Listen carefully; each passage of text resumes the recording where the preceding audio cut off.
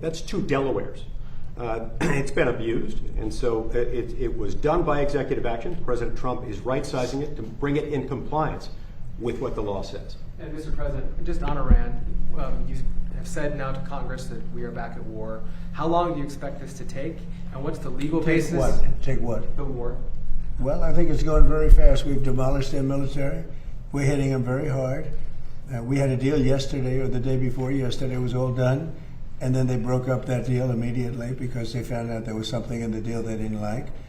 And they're wired differently, and we're not going to put up with it. We are just going forward. We're attacking them tonight. We're taking out all of their capability for anything having to do with the Strait, with the Hormuz Strait. And I think in the end, we will end up just controlling the whole thing. And what they're doing is being very foolish, very stupid, and they've treated people horribly. They've killed 52,000 protesters so far that we can determine. It might be more than that, but 52,000 protesters have been killed, and it's really a terrible situation. We'll have it under control very quickly. You mentioned that you're going to, just one quick follow-up. You mentioned, wait. You're going to, just hold on one second. Wait, Jeff. I'm sorry, I was going to ask the follow-up. Be nice, Jeff. Go ahead, please. Thank you, Mr. President. I have to teach him to be nice. Thank you, Mr. President. On your presidency, so a lot of us here actually witnessed a miracle 2 years ago today as we were on the ground covering your rally in Butler, Pennsylvania. Right. You said a lot of times that you believe that God has saved your life. Has there been a moment throughout your presidency so far where you thought this is why God kept you here? Well, we're doing a lot. We have a country that I use the expression "Make America Great Again," and we've done far more than anyone thought possible, including maybe even me. We've done things that are unreal. $19.2 trillion. The money being invested in our country is more than any country has ever had by many times. We have trillions of dollars coming in because of the tariffs and the proper use of tariffs, because of all of the things. I think because of the election. November 5th was a very important day.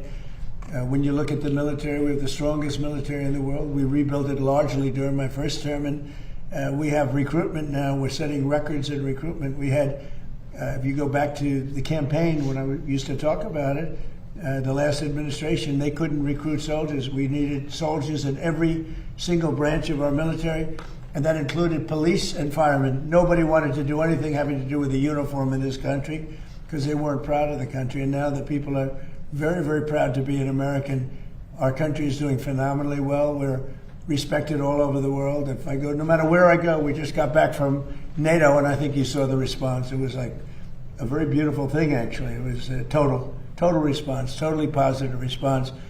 No matter where we go, we're respected again, maybe respected more than ever before. So I appreciate the question, but that's pretty much it. Mr. President, thank you. Cameron Arkin with Town Hall. I was curious about our reports about Iranian drones in Cuba. There are concerns about that. Where does the relationship with the U.S. stand there? Is military intervention still on the table there? Well, if they do have that, and they might very well have that, we'll take care of it. Marco is just in the other room. And if they do have that, we'll take care of it in short order. We're not going to have a problem. We're not going to allow that to happen. So it could be that they're storing some. We're looking into it now. It could be so, and it maybe isn't. But we'll figure it out fast. And what are you expected to speak about on Thursday, you think? I'm going to speak on Thursday. We were thinking one of the nights, but this has been such a busy news day today with all that's happening. A lot of very positive things have happened, including the Indy. We're going to have an Indy race, as you know, in 41 days. And that's going to be incredible. Around the Capitol, around down Pennsylvania Avenue, it's going to be something. They have 250,000 tickets ordered. It'll be like UFC, which set every record in the book for that business, which is the business of fighting. So we have the Indy cars coming, and it's going to be great. And while we're talking, I have to pay on behalf of Mike and myself, and I think everybody's standing behind me very strongly. I want to pay my respects to Lindsey, who was our friend. He was a friend of all of us. He was a great guy. He was a great politician, actually. And it's hard to believe he's gone. He spoke to me just before he passed away, just to say hello. He got back. He felt fine. He was a little tired. And then this whole thing happened.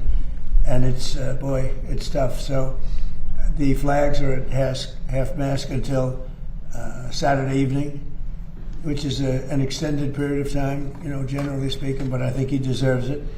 and he's a fantastic person. He was a fantastic man. He was actually a great politician. He got along with almost everybody, and when he didn't get along, they knew it. He was tough, but he was a good man. He was very much in favor of the Save America Act. He called me about that. We were talking about that and some other things, but he just felt tired, but he felt fine. And then this horrible thing happened just a short time afterwards. So it was terrible. I just want to pay our respects. Mr. President, you mentioned Go that ahead. Iran has agreed to a deal and then walked away from it.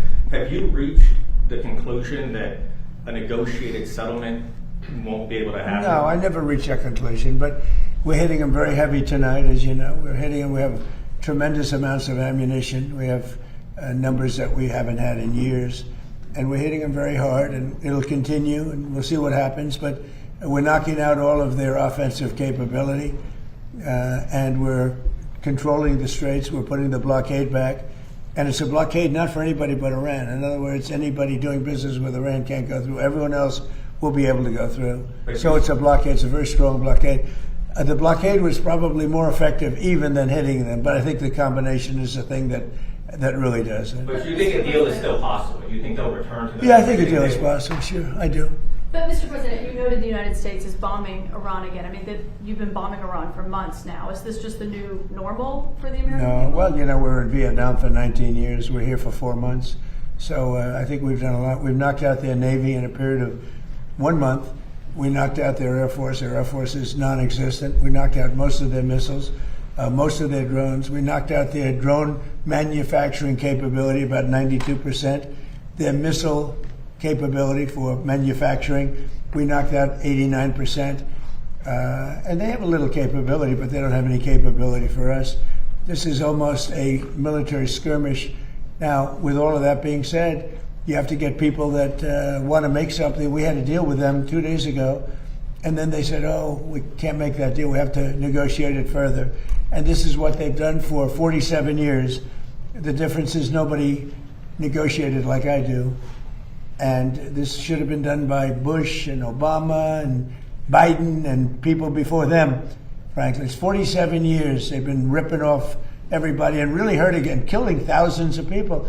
So they killed 52,000 protesters, but they killed many, many people with Soleimani, who I killed in the first term. Soleimani killed many people, many people, and not only killed, when you see a young former soldier walking around with no legs, no arms, a face that's been horribly hurt, that was done by Iran. That was